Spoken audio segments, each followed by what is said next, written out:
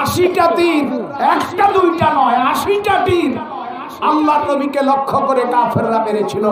হযরত তালহা একটা তীরও নবীজির গায়ে লাগতে দেন নাই, সমস্ত তীর নিজের গায়ে লাগাইয়া শহীদ হয়ে গেলেন। জীবনের চেয়েও, নিজের প্রাণের চেয়েও বেশি ভালোবাসতেন মুহাম্মদুর রাসূলুল্লাহ সাল্লাল্লাহু। পীরের মুরিদ এটা আমরা দেখি নাই, আমরা দেখছি আমাদের নবীকে আঘাত করেছে, তাদেরকে ক্ষমা করা যায় না। কথা ঠিক কি না? মাঠে বিভীষিকাময় মুহূর্তে যারা সুন্নত নিয়ে উপস্থিত হবেন, আমার নবী জড়ায়া ধরবে, আমার এই উম্মতকে জাহান্নামে নেওয়া যাবে না। আল্লাহু আকবার।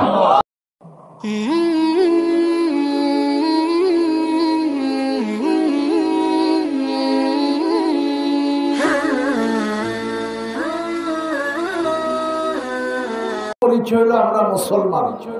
কথা ঠিক কি না? কথা বলেন না, আমরা মুসলমান। আমাদের প্রভু মাবুদ যিনি আমাদেরকে সৃষ্টি করেছেন, তিনি কয়জন? কথা কয় না। তার নাম কি? আল্লাহ। তার নাম কি? আল্লাহ। আর যিনি আমাদেরকে মানবতার শিক্ষা দিয়েছেন, যিনি কুল কায়নাতের অহংকার, মানবতার পরম শিক্ষক, সকল নবীদের ইমাম মুহাম্মদুর রাসূলুল্লাহ সাল্লাল্লাহু আলাইহি ওয়াসাল্লাম। আমি যে বিষয়ে আপনাদের খেদমতে কথা বলবো, বিষয়টা হলো, আপনারা যদি একটু মনোযোগ দিয়ে শোনেন, অনেক ফায়দা হবে, অনেক উপকার হবে। আমার বিষয়টা হলো, দুইটা বিষয়কে এক জায়গায় আমি সংযুক্ত করতে চাই। বিষয় হলো দুটা। আমরা মুসলমানেরা এই দুই বিষয়ের এক বিষয় নিয়ে আসি কেউ, আরেক বিষয় নিয়ে আসি কেউ। বিষয়টা হলো আমরা মহব্বত করতে হবে। আমাদের নিজের যে জীবন আছে, আমাদের যে নিজের প্রাণ আছে, আমাদের যে জীবন আছে, এই জীবনের চেয়েও বেশি ভালোবাসতে হবে কাকে? সকল নবীদের ইমাম সাহেবকে। তার নাম কি? মুহাম্মদুর। আল্লাহর নবীকে ভালোবাসতে হবে, মহব্বত রাখতে হবে। কথা কয় না। সাথে সাথে মহব্বতের প্রমাণ দিতে হবে। হে আল্লাহর নবী, আপনাকে ভালোবাসি, তার প্রমাণও পেশ করতে হবে। আপনি আমাকে বললেন, হুজুর আপনাকে খুব ভালোবাসি, কিন্তু আমি বিপদে পড়লাম, আপনি তাকালেন না, একটু সাহায্য করলেন না, আমার প্রতি কোনো মহব্বত দেখালেন না, তাহলে কি আপনি আমাকে প্রকৃত ভালোবাসেন? কথা কয় না। দুটা বিষয়। একটা বিষয় হলো সবচেয়ে বেশি ভালোবাসতে হবে আমাদের যা আছে, আপনার আর আমার যা আছে, সন্তান সন্ততি, আমাদের সম্পদ, ব্যবসা বাণিজ্য, রাজনীতি, অর্থনীতি, আমাদের দুনিয়াতে যা আছে, সব জিনিসের সে বেশি ভালোবাসতে হবে মুহাম্মদুর রাসূলুল্লাহ সাল্লাল্লাহু আলাইহি ওয়াসাল্লাম। এবং এই ভালোবাসার প্রমাণও দিতে হবে দুনিয়াতে। আমরা নবীজিকে ভালোবাসবো, মহব্বত করব, মহব্বতের প্রমাণও দিব। ভিতরের আওয়াজটা যেন আরো একটু স্পষ্ট হবে, এটা বলেন। আল্লাহর হাবিব একদিন নবীজি সাল্লাল্লাহু আলাইহি সাল্লাম একদিন হযরত ওমরকে জিজ্ঞাসা করলেন, ওমর তুমি আমাকে কেমন ভালোবাসো? ওমর তুমি তো আমাকে ভালোবাসো, ভালোবাসো কেমন ভালোবাসো? হযরত ওমর বললেন, ইয়া রাসূলুল্লাহ, আমি আপনাকে কেমন ভালোবাসি শোনেন। লা আনতা ইয়া রাসূলুল্লাহ আহাব্বু ইলাইয়া মিন কুল্লি শাইইন ইল্লা মিন নাফসি। হে আল্লাহর নবী, আমার যা আছে, আমি ওমরের যা আছে, আমার যত কিছু আছে, সব জিনিসের চেয়ে আপনাকে বেশি ভালোবাসি, শুধু আমার জীবনটা ছাড়া। আমার প্রাণ আমার জীবন ছাড়া আমি ওমরের যা আছে সব জিনিসের চেয়ে আপনাকে বেশি মহব্বত করি। সুবহানাল্লাহ। তাহলে জীবনের চেয়ে বেশি না, সন্তান সন্ততির চেয়ে বেশি, সম্পদের চেয়ে বেশি, কিন্তু ইয়া রাসূলুল্লাহ আমার জীবনটা ছাড়া আমার যা আছে সব জিনিসের চেয়ে আপনাকে বেশি মহব্বত করি। আল্লাহর হাবিব কি বললেন? লা ইয়া ওমর, হে ওমর আমার প্রতি তোমার ভালোবাসা এখনো পূর্ণ হয় নাই। হযরত ওমর ইঙ্গিত বুঝতে পারলেন। হযরত ওমর বললেন, ইয়া রাসূলুল্লাহ আহাব্বু ইলাইয়া মিন কুল্লি শাইইন ওয়া মিন নাফসি। হে আল্লাহর নবী, আমি আপনাকে এখন আল্লাহর কসম করে বলতেছি, আমি ওমর আপনাকে মহব্বত করি, সকল জিনিসের চেয়ে বেশি মহব্বত করি। এমন কি আমি ওমরের যে জীবনটা আছে আমার জীবনের চেয়ে আপনাকে বেশি মহব্বত করি। আল্লাহর হাবিব প্রতিক্রিয়া ব্যক্ত করে বললেন, আলান ইয়া ওমর, হে ওমর এতক্ষণে আমার প্রতি তোমার ভালোবাসা পূর্ণ হয়েছে। এই হাদিস দ্বারা বোঝা যায়, বুখারী শরীফের হাদিস, আল্লাহর হাবিবকে নিজের জীবনের চেয়েও বেশি কথা, ঠিক কিনা? এরকম অসংখ্য উদাহরণ হাদিস থেকে আপনাদেরকে দেওয়া যাবে। উহুদের যুদ্ধের দিন মক্কার মুশরিকরা আল্লাহর নবীকে টার্গেট, চতুর্দিক থেকে তীর নিক্ষেপ করতেছে নবীজির দিকে লক্ষ্য করে আল্লাহর হাবিবকে হত্যা করার জন্য। হযরত তালহা রাদিয়াল্লাহু তাআলা আনহু তিনি আল্লাহর নবীর পাশেই আছেন। হযরত তালহা লক্ষ্য করে দেখলেন কাফেররা চতুর্দিক থেকে তীরগুলি মারতেছে আল্লাহর হাবিবকে লক্ষ্য করে নবীজিকে হত্যা করার জন্য। হযরত তালহা দেখতেছে তীর আসতেছে, যেই দিক থেকে তীর আসতেছে হযরত তালহা ওই দিকে বুক ফেতে দেয়, নবীজিকে আড়াল করে বুকটা ফেতে দেয়। হযরত তালহার বুকের মধ্যে তীরটা লাগে, নবীজির গায়ে তীর লাগে নাই। এইভাবে কাফেররা ৮০টা তীর, একটা দুইটা নয় ৮০টা তীর আল্লাহর নবীকে লক্ষ্য করে কাফেররা মেরেছিল।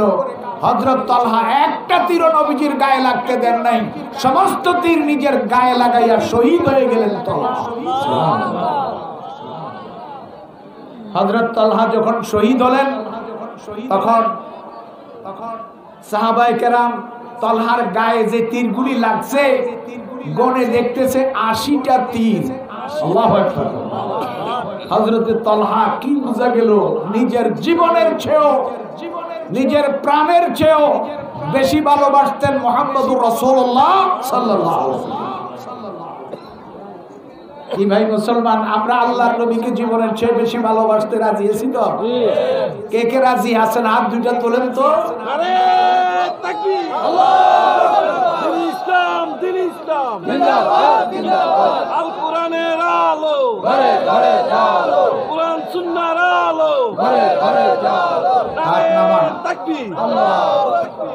যেইভাবে তাকবীর দিলেন আমার মনে হয় যে আপনারা সারাদিন অসুস্থ ছিলেন। এই কয়েকজন মুসলমানও যদি ভালো করে বলতেন, ইমানি চেতনায় বলতেন, তাইলে আওয়াজটা আরো সুন্দর শোনা যেত। হয়তো অনেক দূর থেকে কিছু মুসলমান আসছে, ওনারা চলে গেছে, আবার অনেক দূর থেকে কিছু মুসলমান আসবেন। কথা ঠিক কিনা? আল্লাহর দিন আল্লাহই প্রতিষ্ঠা করবেন এই জমিনে। কথা ঠিক কিনা? আল্লাহর হাবিব বলছেন মুসলিম শরীফের হাদিস, লাম তাজুলা কাদামা লাম তাজুলা তায়ফাতুম মিন উম্মতি মানসুরিন আলাল হক। আল্লাহর নবী বলছেন যে আমার উম্মতের মধ্যে ছোট্ট একটা দল, তায়ফা মানে জামাতুন কালিলা, ছোট্ট একটা দল, সব সময় তারা সত্যের উপরে থাকবে, হকের উপরে থাকবে। আকাশ থেকে আল্লাহ পাক সব সময় তাদেরকে সাহায্য করবে। যারা বিরোধিতা করবে তারা এই ছোট্ট দলের কোনো ক্ষতি করতে পারবে না, কারণ এই দলকে সাহায্য করবে কে? আল্লাহ। আমার দৃষ্টিভঙ্গি হলো, আপনি যদি কালিমা পড়েন আপনি মুসলমান। কথা ঠিক কিনা? মুসলমান ভাই ভাই, মুসলমানের মধ্যে ভ্রাতৃত্ব যদি না থাকে তাহলে প্রকৃত মুসলমান হওয়ার কোনো সুযোগ নাই। এইভাবে নবীজিকে ভালোবাসার যদি আমি 15-16টা উদাহরণ দেই, আমার সময়ও নাই। শুধু আপনি মনে মনে তৃপ্তি পাইলেন এতটুকু সাহাবায়ে কেরামের দৃষ্টান্ত দেখে। আমি আপনাদের খেদমতের নবীজির মহব্বতের কথা বললাম। সাহাবায়ে কেরাম নবীজিকে কেমন মহব্বত করত, আমরাও প্রয়োজনে নবীজির জন্য জীবন দিব। বাংলাদেশে একটা প্রমাণ হয়েছে, ফ্রান্সের সরকার যখন আল্লাহর হাবিবের একটা ব্যঙ্গচিত্র রচনা করেছে, একটা কার্টুন নবীজির বিরুদ্ধে করেছে, বাংলাদেশের তৌহিদি জনতার গর্জে উঠেছে। কথা ঠিক কিনা? এখানে কে কোন পীরের মুরিদ এটা আমরা দেখি নাই, আমরা দেখছি আমাদের নবীকে আঘাত করেছে, তাদেরকে ক্ষমা করা যায় না। কথা ঠিক কিনা? আর এখন মুসলমানদের মধ্যে কি আহা এত বিবাদ, এটা অমুকের মসজিদ, এই মসজিদে নামাজ পড়া যাবে না। আপনার উত্তরবঙ্গে যাইলে দেখবেন এটা হানাফি মসজিদ, হানাফি, এখানে আহলে হাদিসের লোকেরা নামাজ পড়তে পারবে না। আরেক মসজিদের নাম হলো কি আহলে হাদিস মসজিদ, এখানে হানাফির লোকেরা যায় না। আমাদের দেশে মসজিদ পাক হয়ে যাইতেছে। আর কথা বলেন ঠিক কিনা? অথচ আমরা মুসলমান। ভাই ভাই হিন্দুর সাথে আপনার সম্পর্ক ভালো, খ্রিস্টানের সাথে আপনার সম্পর্ক ভালো, কিন্তু মুসলমানের সাথে আপনার সম্পর্ক ভালো না, যেহেতু উনি আর আপনি এক পীরের মুরিদ না। কলজাটা ফেটে যায় যখন কোনো মুসলমানকে জিজ্ঞাসা করি আপনি কোন, আপনি কে? উনি বলবে আমি অমক পুরী, আমি অমক পীর, অমক পুরী। এই দেশের একটা মুসলমানও পরিচয় দেয় না আমি মুসলমান। আল্লাহু আকবার। মক্কা মদিনায় গেলে ওদের সাথে যদি আপনার সাক্ষাৎ হয়, মক্কা মদিনার মানুষের সাথে সালাম দিয়ে আপনার সব জিজ্ঞাসা করবে, মুসাফা করবে, মুআনাকা করবে, চুমু দিবে, অনেক কথা জিজ্ঞাসা করবে। সব কথা জিজ্ঞাসা করার পরে কি বলবে জানেন? সৌদি আরবের মানুষেরা আপনার জন্য অনেকগুলি দোয়া করবে, জাযাকাল্লাহ, ফাযাকাল্লাহ, হাইয়াকাল্লাহ, অনেক দোয়া করবে। বলবে কি জানেন? এইভাবে আঙ্গুল দেয় তারা। এটা আমাদের দেশে দেখাইলে মানুষ খেপে না, ওখানে এটা আনন্দের চিহ্ন, ভালোর চিহ্ন। কি কয় জানেন? আনতা বাংলাদেশি, আনতা মুসলিম, আনা মুসলিম, কুল্লু মুসলিমিনা ইখওয়া। তুই মুসলমান, আমিও মুসলমান, সব মুসলমান ভাই ভাই। সুবহানাল্লাহ। আলহামদুলিল্লাহ। অপেক্ষা করুন বাংলাদেশে। আমি যতটুকু বুঝি, যুবক ভাইদেরকে বলতেছে, এই দেশের 80% যুবক মক্কা মদিনার আল্লাহর নবীর সঠিক ইসলামের দিকে দৌড়াইতেছে। কথা ঠিক কিনা? আমার প্রিয় ভাইরা, আমি নবীজিকে ভালোবাসি, তার প্রমাণ দিতে হবে। আমার কথাবার্তা নবীজির মতো হতে হবে, আমার চলাফেরা নবীজির মতো হতে হবে, আমার পারিবারিক জীবন আল্লাহর নবীর মতো হতে হবে, আমার উঠা বসা, লেনদেন, সামাজিকতা, ব্যবসা বাণিজ্য, আমার জীবনে যত কিছু আছে সব আল্লাহর নবীর নমুনা অনুযায়ী হতে হবে। কথা ঠিক কিনা? আল্লাহর নবীর আমার ভাইরা 88-তে যখন বন্যাটা হলো, সারা বাংলাদেশ প্লাবিত। ইনকিলাব পত্রিকায় দেখলাম আপনার আমাদের ঢাকার ড্যামরা তখন বাঁধ ছিল না, বাঁধের ভিতরে পানি ঢুকে একজন মা তার শিশুকে নিয়ে ঘুমিয়েছিল। মা ঘুমিয়ে আছে, বন্যার পানি তুড়ে ঘরের ভিতরে পানি ঢুকে বাচ্চাটা বন্যার পানিতে ভেসে গেছে। মা সকাল বেলায় তার বাচ্চাকে না পেয়ে পাগলের মতো হয়ে গেছে, উম্মাদিনীর মতো হয়ে গেছে। ঢাকার রাজপথে ঘুরে আমার ভাইরা, মায়ের অবস্থা কি হলো? রাত্রির বেলায় বন্যার পানিতে সন্তানটা যখন চলে গেল, সন্তানকে হারাইয়া মা পাগলের মতো হয়ে গেছে। এখন মা কি করে জানেন? এমন পাগল হয়েছে, রাস্তাতে ছোট্ট সন্তান দেখলেই ওরে কোলে নিয়ে কয়, বাবা তুই এতক্ষণ কই আছিলি? সুবহানাল্লাহ। এই যারে কোলে করতেছে, আদর দিতেছে, বাবা তুই কই ছিলি, যারাই দেখে ছোট্ট বাচ্চা কোলে করে আরেকজন মহিলার কোল থেকে সন্তান কাটা নিয়ে আসে, কয় এটা আমার সন্তান, তুই কই ছিলি বাবা? আসলে কি এটা তার সন্তান? তার সন্তানের নমুনা। হাসরের মাঠে বিভীষিকাময় মুহূর্তে যারা সুন্নত নিয়ে উপস্থিত হবেন, আমার নবী জড়ায়া ধরবে, আমার এই উম্মতকে জাহান্নামে নেওয়া যাবে না। আল্লাহু আকবার। এটা আমার উম্মত। পাগল হয়ে যাবে নবীজি। সমস্ত নবীরা বলবে ইয়া নাফসি ইয়া নাফসি, আমারে বাঁচাও আল্লাহ, আমারে বাঁচাও। নবীজির পিছনে, নবীদের পিছনে, কোন নবীর পিছনে 3 জন মাত্র উম্মত, কোন নবীর পিছনে কয়জন? 2 জন উম্মত, কোন নবীর পিছনে মাত্র 4 জন। নবীরা উম্মতের খবর নাই, উম্মতেরা নবীর পিছনে হাসরের মাঠে দৌড়াইতেছে। হে নবী আমাদেরকে বাঁচান, হাসরের মাঠে তামার জমিন আমাদেরকে বাঁচান। নবীরা বলবে ইয়া নাফসি, আল্লাহ আমারে বাঁচান, আমারে বাঁচান। সুবহানাল্লাহ কথা। আর একজন নবী শুধু বলবে রব্বি হাবলি উম্মতি, আল্লাহ আমার খবরের দরকার নেই, আমার উম্মতকে আপনি বাঁচান। সুবহানাল্লাহ। ইনি কোন নবী? মুহাম্মাদুর রাসূলুল্লাহ। এখন যদি আমরা নবীজির তরিকা, নবীজির আদর্শ মানি, সুন্নাহ, আমাদের দেশের কিছু মুসলমান আছে অবশ্যই তাদের অন্তরে নবীজির মহব্বত আছে, সন্দেহ। নামাজ পড়ে না, কিন্তু আল্লাহর নবীকে কেউ গালি দিলে তার কল্লা ফেলে দিবে।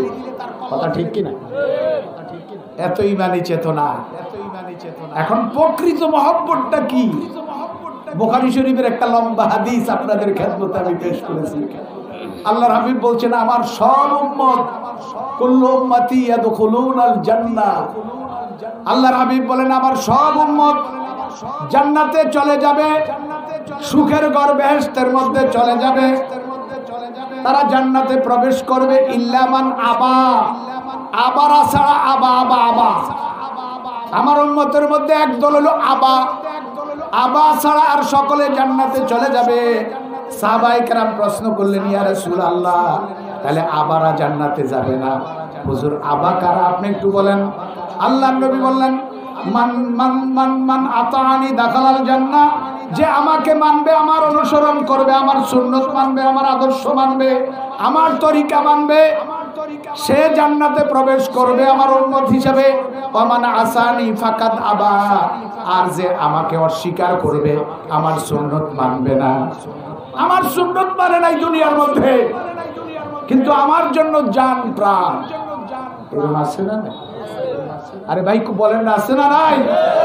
যারা আবা, আমার সুন্নত মানে নাই দুনিয়াতে, যারা আমার এই রক্ত মার্কা সুন্নতকে যারা জীবন ধারণ করে নাই, তার পারিবারিক জীবনে ইসলাম ছিল না, সামাজিক জীবনে ইসলাম ছিল না, তার খাওয়া দাওয়ার মধ্যে ইসলাম ছিল না, টয়লেটে যাওয়ার মধ্যে ইসলাম ছিল না, তার কোনো কাজে ইসলাম ছিল না, আমার তরিকা ছিল না, আমার সুন্নত ছিল না, সে একমাত্র আমার অস্বীকার করলো, সে আবা, সে যাবে জাহান্নামে। নাউজুবিল্লাহ। আমরা কি আবা হতে চাই? কথা বলেন, আবা হতে চাই? আমরা নবীজির তরিকা মানতে চাই। একটা কোটেশন দিয়েই বলি, আল্লাহর নবীর চাচা হযরতে আলী রাদিয়াল্লাহু তাআলার আব্বা হযরতে আবু তালেব, নাম শুনছেন না? হযরতে আবু তালেব নবীজির চাচা, হযরত আলীর বাবা। হযরতে আবু তালেব তার ছেলে আলী, আলীর চেয়ে বেশি ভালোবাসতেন মুহাম্মদুর রাসূলুল্লাহ সাল্লাল্লাহু আলাইহি ওয়াসাল্লাম।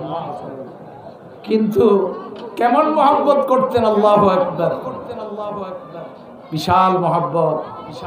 আবু জাহেল একবার বলছিল, হে আবু তালেব, মুহাম্মদের চাচা শোনো, তোমার ভাতিজারে তো সামলাইতে পারলাম না, তোমার ভাতিজারে আমরা এই করব, এই আপনারা বুঝেন কথা কয় না, হত্যা করব, কতল করব।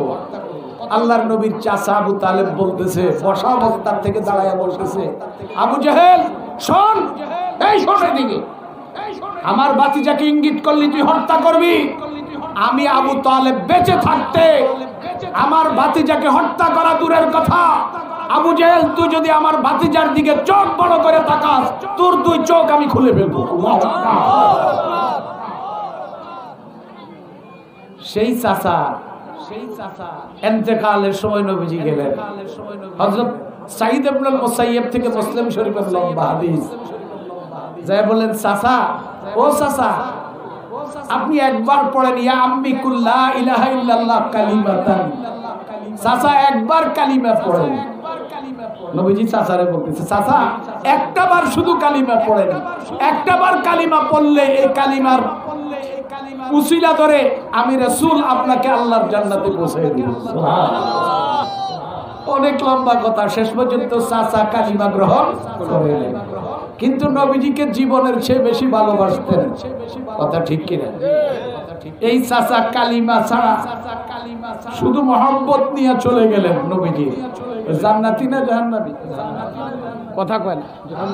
হযরত আবু বকর রাদিয়াল্লাহু তাআলা আনহু নবীজিকে কম ভালোবাসতো না বেশি?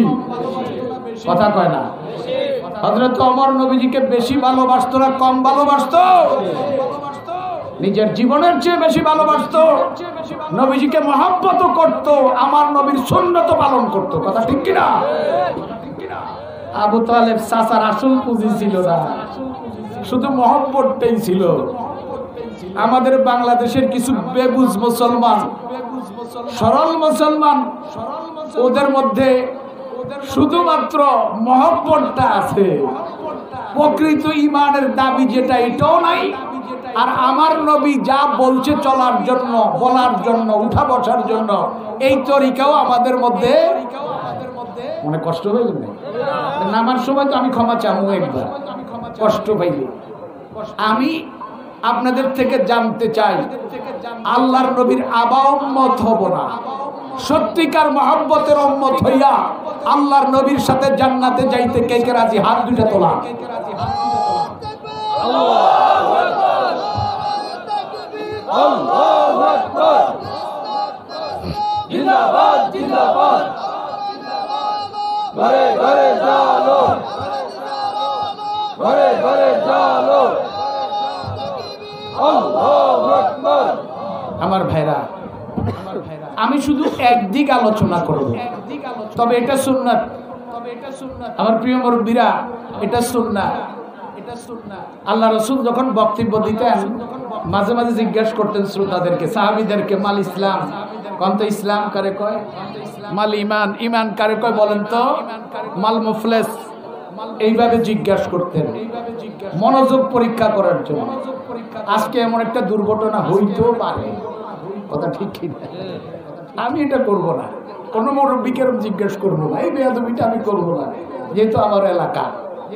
কিন্তু আমি কি বলছি এটা আপনার কাছে বিনয়ের সাথে আমি জানতে চাই। আল্লাহর নবীর কয়েকটা সুন্নত আমরা মেনে নিব। এক নম্বর আমি যেটা আলোচনা করতে চাই, খাওয়া দাওয়ার মধ্যে নবীজির সুন্নত আছে না নাই? কথা কয় না? আমার ভাইরা, খাওয়া দাওয়ার কয়েকটা সুন্নত আমি আপনাদের খেদমতে পেশ করব। এক নম্বর হলো ডাইন হাতে খেতে হবে। ডাইন হাতে খেতেন কে? মুহাম্মাদুর। আমার প্রিয় ভাইরা, লোকটা আসলে মুনাফিক। যদিও নবীজির পিছনে 5 ওয়াক্ত নামাজ পড়তেন। মুসলিম শরীফের হাদিস, হযরতে সালমা ইবনে আওকা থেকে বর্ণিত, আল্লাহর নবী সামনে একটি লোককে দেখলেন, সে বাম হাতে খাইতেছে, বাম হাতে খাইতেছে। আল্লাহর নবী বললেন, কুল বিয়ামিনিক, এই বেটা ডাইন হাতে খাও। সে বলল, লা আস্তাতি, আমি ডাইন হাতে খেতে পারবো না। অনেক লোকের সামনে তো নবীজি তাকে বলছে, এই জন্য ফেস্টিজের মধ্যে কি লাগছে? একটু ধাক্কা লাগছে। এই জন্য সে বলবো না, আমি ডাইন হাতে খাবো না। আল্লাহর নবীর কথাটাকে অমান্য করেছে। আল্লাহর হাবিব বলেন, আমি যখন তারে বলছি ডাইন হাতে খাওয়ার জন্য, ডাইন হাতে আমি নবী খাই, তুমিও ডাইন হাতে খাও। সে যখন খেলো না, আমার মনে কষ্ট গেল। যতদিন সে বেঁচে ছিল কখনো আর ডাইন হাত মুখে উঠাইতে পারে নাই। আল্লাহ পাক তার ডাইন হাতকে অবেশ করে ফেলছে। আল্লাহু আকবার। কারণ সে বেয়াদবি করেছে কার সাথে? মুহাম্মদুর রাসূলুল্লাহ সাল্লাল্লাহু আলাইহি ওয়াসাল্লাম। ডাইন হাতে খেতে রাজি আছি তো? আল্লাহর হাবিব বলেন, হাদিসটা শুনেন, নবীজি সাল্লাল্লাহু আলাইহি সাল্লাম বলছেন, আমার উম্মতেরা শোনো, তোমরা যখন খানা খাইবা ডান হাতে খাইবা, কুল বিয়ামিনিক, ডাইন হাতে খানা খাও। কারণ কি? যখন খানা খাইবা ইজা আকালা ফালিয়াকুল বিয়ামিনিহি ওয়া ইজা শারাবা ফালিয়াশরাব বিয়ামিনিহি, যখন খানা খাইবা কোনো কিছু খাবা তখন ডাইন হাতে খাবা, আর যখন পান করবা কি ডাইন হাতে পান করবা। কারণ ফাইন্না শাইতানা ইয়াকুলু ওয়া ইয়াশরাবু বিশিমালিহি, রাওয়াহুল বুখারী। শয়তান বাম হাতে খায়, বাম হাতে পান করে। তুমি আমার উম্মত, তুমি শয়তানের চরিত্র তোমার মধ্যে যখন না আসে, তুমি ডাইন হাতে খাইবে। বলেন না সুবহানাল্লাহ। ডাইন হাতে খাওয়ার আদেশ আমাদেরকে কে দিয়েছে? মুহাম্মাদুর। কি ভাই ডাইন হাতে খাবো তো? আমরা অনেকে চা খাই কোন হাতে? বিজ্ঞান বলছে যে আল্লাহর নবী ডাইন হাতে খাওয়ার কথা কেন বললেন? ব্যাপারটা কি? বিজ্ঞানীরা পরীক্ষা করে দেখলেন বাম হাতে খেতে নবীজি নিষেধ করছেন, ডাইন হাতে খাওয়ার কথা বললেন কেন? আমার ভাইরা, বিজ্ঞান পরীক্ষা করে দেখছে আমাদের সকলের ডাইন হাত, এই যে আমরা ডাইন হাতে খাই, ডাইন হাতের ভিতরে কিছু আলোক রশ্মি আছে। এই ডাইন হাতের করগুলি আছে না, করগুলির মধ্যে কিছু আলোক রশ্মি আছে। আপনি যখন খাবারের থালার মধ্যে ডাইন হাতটা দিবেন, তখন আপনার হাতের মধ্যে যে আলোক রশ্মি আছে, ক্ষুদ্র ক্ষুদ্র আলোক রশ্মি, এগুলি যখন খাবারের মধ্যে পড়বে, এই খাবারের মধ্যে যদি কোনো জীবাণু থাকে, রোগ থাকে, ডাইন হাতের জীবাণু, ডাইন হাতের আলোক রশ্মি পড়ার কারণে খাবারের রোগ জীবাণু আল্লাহ পাক কি করে দেয়? নষ্ট করে দেয়। খাবারটা পবিত্র হয়ে যায়, রোগ মুক্ত হয়ে যায়। আর যখন নবীজি বলছে বাম হাতে খেও না, বাম হাতের মধ্যে এক ধরনের আলোক রশ্মি আছে। আপনি যখন বাম হাতে খাওয়া শুরু করবেন, বাম হাতের আলোক রশ্মি যখন খাবারের মধ্যে পড়বে, আমার ভাইরা, খাবারের মধ্যে যদি, সেই খাবারের মধ্যে যদি কোনো রোগ থাকে, জীবাণু থাকে, বাম হাতের আলোক রশ্মি খাবারের মধ্যে পড়ার সাথে সাথে জীবাণুটা, রোগটা আরো সতেজ হয়, মজবুত হয়। আল্লাহু আকবার। তাহলে আমার নবীজি বলছে ডাইন হাতে খাও। এটা কি স্বাস্থ্যসম্মত কিনা? কথা বলে না, বিজ্ঞান সম্মত কিনা? আজকের থেকে আমরা আর কেউ কোন হাতে খাবো না। নবীজি সাল্লাল্লাহু আলাইহি সাল্লাম খাবার যখন খেতেন, খাবারের মধ্যে আল্লাহর নবী কখনো দোষ ধরতেন না। আমরা তো খাইতে গেলে, দাওয়াতে গেলে অনেকে বলি, আরে দূর কি খাবার তৈরি করছে, এটার মধ্যে লবণ বেশি দিছে, ফানসা ফানসা লাগে। এই মহিলাটা খাবারে জানে না তারা কোন বাবুর্চি দিয়া পাকাইছে, খাবারগুলি পানি, খাইতে মন চায় না। আমরা এরকম খাবারের বদনামি করি, কথা ঠিক কিনা? আল্লাহর হাবিব যখন খেতেন, দস্তরখান বিছাইয়া খেতেন। একদিন নবীজি খেতে বৈশা, খাওয়ার আদব কয়টা? 3টা। আপনার বাচ্চাদেরকে নুরানি মাদ্রাসায় পড়াইলে দেখবেন বাচ্চারা শিখে ফেলছে। সুবহানাল্লাহ। আপনারও শিখাই দিবে। খাওয়ার আদব 3টা। আমাদের দেশের জাতীয় অধ্যাপক জনাব নুরুল ইসলাম সাহেব, উনি আছে কিনা এখন আমি জানি না, ওনার একটা বই আমি পড়ছি। উনি উত্তর কোরিয়ায় গেছেন, জাতীয় অধ্যাপক সাহেব, উত্তর কোরিয়ায়। মামা আসবেন? আলহামদুলিল্লাহ। সভাপতি সাহেব আসছে, সকলে বলে আলহামদুলিল্লাহ। মুফতি সাহেব আসছে, মুফতি আতাউল্লাহ সাহেব আসছেন, বলি আলহামদুলিল্লাহ। আমার ভাইরা, আমি শেষ করে দিব, যেহেতু এক জায়গায় আমার যাওয়া লাগবে। তো কি যেন বলতেছিলাম আপনাদেরকে, কি বলতেছিলাম? বসার আদব কয়টা? একটা 2 পা উঠাইয়া, 2 পা উঠাইয়া, এই যে মুরব্বী করছে দেখেন, 2 পা উঠাইয়া এইভাবে বসে খাবেন, অথবা 1 পা উঠাইয়া আরেক পা বিছাইয়া, অথবা নামাজের মতো বসবেন। এটা নবীজির সুন্নাত। এইভাবে খেতে হবে আমরা। আর খাবারের কোনো বদনামি করা যাবে না। আল্লাহর হাবিব একবার দস্তরখান বিছাইলেন, খাওয়া শুরু করে দিলেন। খাওয়া শুরু করে দিলেন। এক ব্যক্তি কুরাইশি এসে বলতেছে, ইয়া রাসূলুল্লাহ, আপনি কুরাইশের মানুষ, মক্কার একটা শ্রেষ্ঠ বংশের মানুষ, আপনি শেষ নবী, সমস্ত নবীদের ইমাম, সুবহানাল্লাহ, আপনি এইভাবে খেতে বসলেন কেন? একদম নামাজের পদ্ধতিতে দস্তরখান বিছিয়ে খেতে চান, এইভাবে বসলেন কেন? আল্লাহর হাবিব জবাব দিলেন, আনা আব্দুল আকুলু কাল আবদে। আল্লাহর হাবিব জবাব দিলেন, সাথে জবাব দেন তো।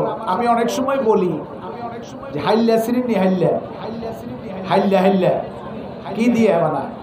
মাটি মাটি পাতিল। এটা যখন পছন্দ হয় বাড়িওয়ালার, তখন কি কয়? পাতিলের মধ্যে একটা টোকা দাও। তখন পাতিলওয়ালা একটা টস দেয়, টোকা দেয়। যদি আওয়াজটা থেত্তের থেত্তের হয়, তখন কি কয়? এটা ফাটা, এটা কিনা যাবে না। আর যদি আওয়াজটা স্ট্রং হয়, না এই তো থেত্তের থেত্তের। যদি স্ট্রং আওয়াজ হয়, তখন কয় যে হ্যাঁ এই পাতিলে ঠিক আছে, এটি আমি কিনবো। কথা ঠিক কিনা? আরে মুসলমান, একটু আওয়াজ করবেন তো, একটা আওয়াজ করেন তো, আমি একটা টোকা দিতে চাই। নারায়ে তাকবীর। এতক্ষণ কি এনে আসিলেন? এটা তো বোঝা যায় নাই যে আপনারা এতক্ষণ এনে বসেছিলেন। প্রিয় ভাইরা আমার, তো আমি আলোচনা করতেছিলাম খাবারের কোনো দোষ বলা যাবে না। নবীজি খেতে বসলেন আদবের সাথে। হুজুর, আপনি এইভাবে খাচ্ছেন কেন? এক ব্যক্তির প্রশ্ন। আল্লাহর নবী বললেন, কিভাবে খাবো? আমি কে চিনো? আনা আব্দুল, আমি আল্লাহর গোলাম। আমার বাবা আল্লাহর গোলাম, আমার মা আল্লাহর গোলাম। আমি নবী গোলামের ঘরের গোলাম। গোলাম যেভাবে মনিবের খাবার খাওয়া দরকার, রিজিক খাওয়া দরকার, আমি ওইভাবে খেতেছি। আল্লাহু আকবার। কোনো অহংকার না। আর আমরা তো খাওয়ার সময় এইভাবে হেলান দেই। আল্লাহ নবী সাল্লাল্লাহু আলাইহি ওয়াসাল্লাম বলছেন, বুখারীর হাদিস, ও আম্মা আনা, কি সুন্দর হাদিস। আমি রাসূল, আমি রাসূল কখনো খাবার খাওয়ার সময় ফালা আকুলু মুত্তাকিয়ান, শামাইলে তিরমিজি, আমি কখনো হেলান দিয়ে আমি নবী খাই না, সামনের দিকে ঝুঁকে ঝুঁকে খাই। কারণ আমি কার রিজিক খাইতেছি? আমি কার গোলাম? কথা কয় না। নবীজির আল্লাহর গোলাম বলা যাবে না? ইন্না লিল্লাহ। একটু আস্তে কইলেন। আমাদের দেশের কিছু মুসলমান কয় নবীজি আল্লাহর গোলাম না। আমাদের আহলে সুন্নাহ ওয়াল জামাতের আকীদা, আল্লাহর নবী আল্লাহর গোলাম ছিলেন, শ্রেষ্ঠ গোলাম। কথা ঠিক কিনা? কত আয়াত, সুবহানাল্লাযী আসরা বিআবদিহি, তাবারাকাল্লাযী, এরকম অনেক আয়াত। আমার আলা আবদিনে, আমার বান্দার উপরে, গোলামের উপরে আমি যে কোরআন নাযিল করছি, এর মধ্যে যদি কোনো সন্দেহ হয়, তাহলে তোমরা এরকম একটা কোরআন দেখাও। আল্লাহ রাসূল বলছেন যে আমি আল্লাহর গোলাম।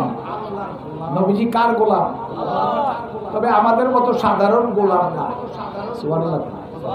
আমরা যেরকম সাধারণ, আল্লাহর নবী আল্লাহর গোলাম ছিলেন, অসাধারণ গোলাম। তার মতো আল্লাহর গোলামি আর কেউ করে নাই। নামাজ পড়তে পড়তে ফা মোবারক খুলে ফেলতেন। আমরা যে নবীজি আল্লাহর গোলাম, কালিমায়ে শাহাদাতের শেষ অংশে আমরা কি বলি? ওয়া আশহাদু আন্না মুহাম্মাদান আবদুহু। তো বলতেছেন তো আমি সাক্ষ্য দিচ্ছি, আমি আরো সাক্ষ্য দিচ্ছি মুহাম্মদুর রাসূলুল্লাহ সাল্লাল্লাহু আলাইহি ওয়াসাল্লাম আল্লাহর বান্দা, আল্লাহর বান্দা এবং আল্লাহর রাসূল। বান্দা মানে গোলাম। আমার ভাইরা, আল্লাহর নবী সাল্লাল্লাহু আলাইহি ওয়াসাল্লামের মধ্যে সবচেয়ে বেশি বিনয়তা ছিল, আদব ছিল। নবীজির খাবারের অবস্থা কি ছিল? খাবারের মধ্যে যদি কোনো সমস্যা হতো, কোনো গন্ধ হইতো বা অপছন্দ হইতো, আল্লাহর হাবিব এই খাবার গ্রহণ করতেন না। মা আবান নবী সাল্লাল্লাহু আলাইহি ওয়াসাল্লাম তুআমান কাতুল, আল্লাহর হাবিব কখনো খাবারের, রিজিকের, খাবারের, তরকারির বদনামি করতেন না, কুৎসা করতেন না। ইনিস্তাহু আকালাহু, নবীজির যদি পছন্দ হইতো আল্লাহর নবী খানাটা খাইতেন, আর যদি পছন্দ না হতো ওয়াইন কারিয়াহু তারাকাহু, আর পছন্দ না হইলে আল্লাহর নবী এই খাবার গ্রহণ করতেন না। কিন্তু খাবারের কোনো বদনামি করতেন না, কারণ খাবার এই রিজিক কে দিয়েছেন? আল্লাহ। খাবারের বদনামি করলে রিজিক দাতার বদনামি হয়ে যাবে। কথা ঠিক কি না? আমরা যত খাবার খাবো, পছন্দ হইলে খাবো, পছন্দ না হইলে কোনো বদনামি নাই। আর খাওয়ার আদব হলো, আমরা যখন খাবো, আল্লাহ রাসূল বলছে খাবারের সময় আপনি যে প্লেটে খাবেন, প্লেটের মাঝখান দিয়ে শুরু করবেন, তাই তো নাকি? না, আল্লাহর হাবিব বলছেন তুমি যখন খাবার খাবা, কুলু ফিল কাসাআতি মিন জাওয়ানিবিহা, তুমি যখন খাবার খাইবা যে বাসনে প্লেটে খাইবা, প্লেটের কি এক পাশে দিয়া খাবার শুরু করবা, মাঝখান দিয়ে না। ওয়ালা তাকুলু মিন ওয়াসাতিয়া, মাঝখান দিয়ে খাবার খাইও না। তোমার বাসনের মাঝখান দিয়া, বর্তনের মাঝখান দিয়া খাবার খাওয়া শুরু করো না, কারণ আল্লাহর পক্ষ থেকে তোমার প্লেটের মধ্যে বরকত নাযিল হয় তোমার খাবারের মাঝখানে। সুবহানাল্লাহ।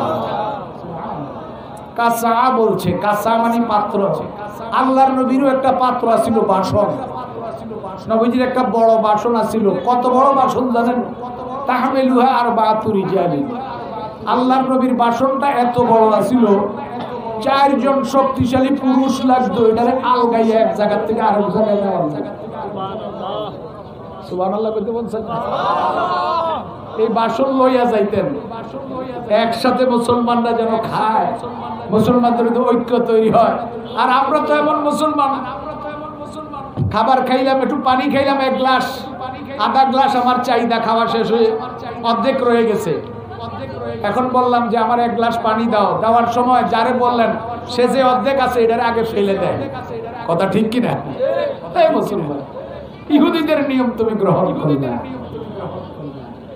আল্লাহ রাসূল বলছেন দেখো খাবারের মধ্যে যে মুসলমানদের যে সুর, মুসলমানের যে জুটা, মুসলমানের যে উচ্ছিষ্ট, একজন মুসলমান আরেকজন মুসলমানের উচ্ছিষ্ট তোমরা খাও। উচ্ছিষ্টের মধ্যে আল্লাহ পাক রোগ মুক্তির ব্যবস্থা, ঔষধের ব্যবস্থা। আমার ভাই আমি শেষ করে দিচ্ছি। খাবার যখন পড়ে যায়, আমাদের কারো খাবার যখন শেষ পড়ে যায়, খাবার পড়ে গেলে তো গেলই, আমরা একেবারে এই ধরনের কোন জায়গার মধ্যে, পরিষ্কার জায়গার মধ্যে বসলাম, আপনার হাত থেকে ছুটে তরকারি পড়ে গেল, ভাত পড়ে গেল, হুজুর হুজুর ধরেন না, হুজুর হুজুর আপনি ভাতটা উঠে খাইতেছেন, না না হুজুর হুজুর এটা ময়লা হয়ে গেছে, ময়লা, এটা ডাস্টবিনে নিক্ষেপ করবে। নাউজুবিল্লাহ। আর সাহাবায়ে কেরামের আদর্শ ছিল, নবীজির আদর্শ ছিল, আল্লাহ রাসূল বলছে তোমরা যদি যখন খাবার খাইবা, খাবার যদি পড়ে যায়, ছুটে পড়ে যায়, অথবা তোমাকে পরিবেশন করার সময় কিছু খাবার যদি পড়ে যায়, এটা উঠাইয়া খাও। যদি দেখো এটার মধ্যে কোনো ময়লা আছে, ময়লা, তাহলে ময়লাটারে পরিষ্কার করে তুমি উঠাইয়া খাও। ইরানের রাজদরবার সব বসা আছে, রাষ্ট্রপতি কাইজার, মদিনা থেকে একদল লোক আইছে হযরত আব্দুল্লাহ বিন হুযাফার নেতৃত্বে। ইরানের প্রেসিডেন্ট বলে তোমরা কোথা থেকে আসছো? বলছে মদিনা থেকে। কি জন্য আসছো? তোমার ইসলামের দাওয়াত দিতে হয়েছে। সুবহানাল্লাহ। তো ঠিক আছে, তোমাদের সাথে পরে কথা হবে, এখন আগে কিছু খাবার খাও। ইরানের রাষ্ট্রপ্রধান ভদ্র মানুষ কাইজার মুসলমান যারা মদিনা থেকে আসছে সবাইকে খাবারের ব্যবস্থা করছে, সবাই খাওয়া শুরু করছে। মদিনা থেকে যারা আসছে তাদের নেতা যিনি সরদার আমির সাহেব, ওনার হাত থেকে সুইটা 1 লোকমা খাবার, 1 টুকরা খাবার পড়ে গেছে। এখন মুসলমানরা বলতেছে আমাদের আমির সাহেব হুজুর, খাবার যেটা পড়ে গেছে এটা উঠাইয়া খাইয়েন না, কারণ এটা মদিনার দরবার না, এটা ইরানের দরবার, ইরানের রাজকীয় দরবার, মন্ত্রীরা বসা আছে। যে খাবারটা পড়ে গেছে এটা যদি উঠাইয়া খান তারা আপনাকে আনকালচার বলবে, অভদ্র বলবে, খেদ বলবে। মেহরবানি করে আজকে সামাজিকতা রক্ষা করে খাবারটা উঠাবেন না। হযরত আব্দুল্লাহ বিন হুযাফা তিনি গর্জে উঠলেন। তিনি বললেন আতরুকু সুন্নাত রাসূলিল্লাহ লিহাউলাইল হুমাকা। হে মদিনার সাহাবীরা, নবীজির সাহাবীরা, তোমরা আমাকে কি বলতেছো? এই যে আহমদগুলি, নির্বোধগুলি আমার সামনে বসা আছে, আমি কি ওদের ভয়ে ওদেরকে সম্মান দেখাইতে যাই আমার নবীর সুন্নতকে তরক করব? কখনো নয়। আমি এটা উঠাইয়া খাবোই খাবো। সকলের সামনে উঠাইয়া তিনি খাবারটা খেলেন।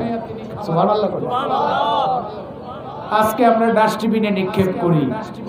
আমার ভাইরা, খাবারের কয়েকটা সুন্নাত কোন হাতে খাবেন? কথা কয় না। খাওয়ার সময় দোয়া আছে না নাই? কি বিসমিল্লাহি আলা মিল্লাতি রাসূলিল্লাহ, বিসমিল্লাহি আলা।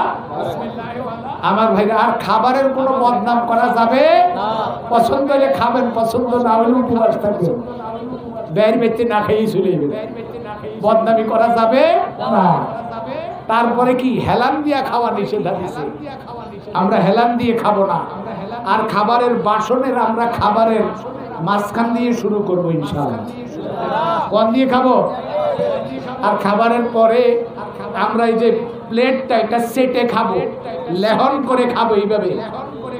কারণ হলো আল্লাহ রাসূল বলছে খাবারের অবশিষ্ট যেটা আছে তোমার প্লেটে, এটার মধ্যে আল্লাহ পাক অনেক বরকত রেখেছে, তোমার রোগের অনেক চিকিৎসা রেখেছে।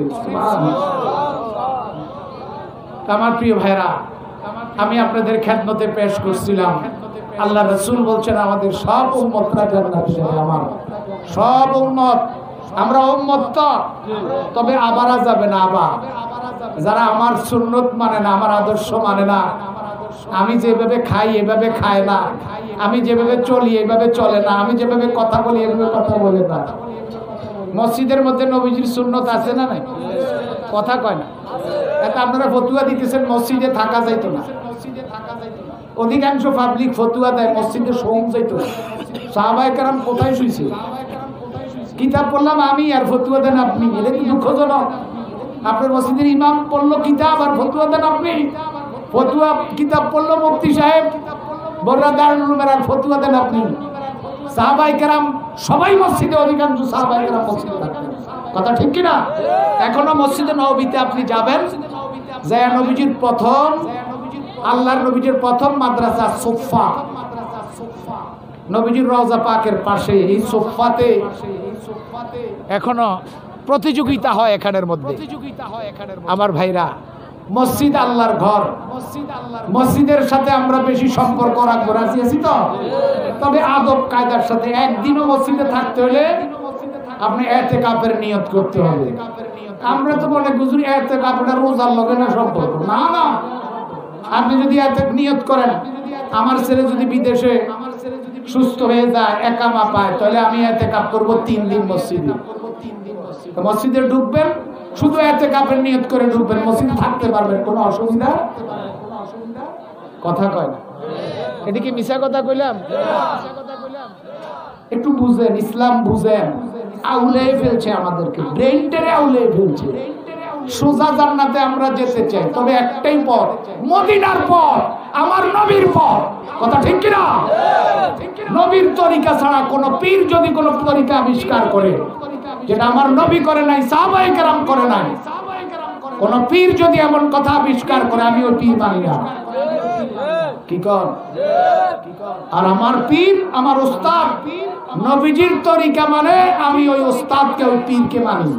কথা ঠিক কিনা? আমার ভাইরা, আল্লাহ পাক যেন আমাদেরকে, আল্লাহর নবীকে আমরা অনুসরণ করব, তাহলে আল্লাহ পাক আমাদেরকে 2টা পুরস্কার দিবে। নবীজিকে মানলে, নবীজির সুন্নত তরিকা মানলে আল্লাহ আমাদেরকে মহব্বত করবে এবং আমাদের জিন্দেগীর সব গুনাহ মাফ করে দিবে কে? আল্লাহ। আর নবীজি আমাদেরকে জান্নাতে যাওয়ার গ্যারান্টি দিয়েছেন। সুবহানাল্লাহ। তো খুব ভালো লাগলো, প্রচার প্রসার ছাড়া আমাদের এলাকার মধ্যে এরকম সুন্দর মাহফিল হয় না। সুবহানাল্লাহ। কোনো প্রচার নাই। চেয়ারম্যান সাহেব টেলিফোন করছে, আমাদের ভাগিনা মহতারাম বলছে যে মামা ওই দিন, আমি বললাম ওই দিন তো আমি অনেক দূরে যাইতে হবে। কেন মামা একটু সময় দিবেন?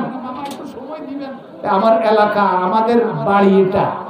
কথা ঠিক কিনা? আর আমাদের বাড়ি, আমি যুবকদেরকে উদাত্ত আহ্বান জানাচ্ছি, ইসলাম বুঝার জন্য, চাকরির জন্য যেমন কষ্ট করো, জীবিকার জন্য যেমন কষ্ট করো, ইসলাম বুঝার জন্য এইভাবে কষ্ট করতে রাজি আছো? থেকে হাত তুলে দেখাও। নারায়ে তাকবীর। তুমি ইসলাম বুঝার জন্য চেষ্টা করো, হক্কানি উলামায়ে কেরামের কাছে বসো, অন্যকে গালি দিও না। কারো কথা তোমার অপছন্দ হইলে গালির দরকার নাই, তাকে তুমি এড়াইয়া চলো, তাকে পরিহার করো, কিন্তু তাকে গালি দেওয়ার দরকার নাই। আল্লাহর নবী জানতেন কারা কারা মুনাফিক, জানতেন কি না? হযরত ওমর কয় হুজুর ধরে ধরে জবাই করে দেন, আল্লাহ তো আপনার মুনাফিককে লিস্টি করে দিয়েছে, সব দিন মাইরালাম। নবীজি বলছে না, আমি যদি মুনাফিকদেরকে মারি, ওরা তো আমার পিছে নামাজ পড়ে, কাফেররা তো জানে না ওরা যে মুনাফিক, আল্লাহ জানে, আমাকে জানাই দিছে। আমি যদি মুনাফিকদেরকে মারি তাহলে কাফেররা বলবে মুসলমান মুসলমানকে হত্যা করেছে, কথা ঠিক কি না? এই জন্য ওমর তুমি থামো। সুবহানাল্লাহ। কিন্তু নবীজির পিছনে 5 ওয়াক্ত নামাজ পড়তে, জামাও ঠিক ছিল, সব ঠিক ছিল, কিন্তু এই হাত আর মুখ এক ছিল না, মন আর মুখ এক ছিল তাওহীদের প্রতি, লা ইলাহা ইল্লাল্লাহ মুহাম্মাদুর রাসূলুল্লাহ। এই বিশ্বাসটা অন্তরেও থাকতে হবে 16 আনা, মুখেও থাকতে হবে 16 আনা, কর্মের মাধ্যমে তার প্রমাণ পেশ করতে হবে। যারা এই মাহফিলের আয়োজন করলেন, আমি তাদেরকে মোবারকবাদ জানাই। আমাকে কথা বলে দেওয়ার জন্য, সুযোগ করে দেওয়ার জন্য আমাদের চেয়ারম্যান মহোদয় এবং কর্তৃপক্ষকে মোবারকবাদ জানাই।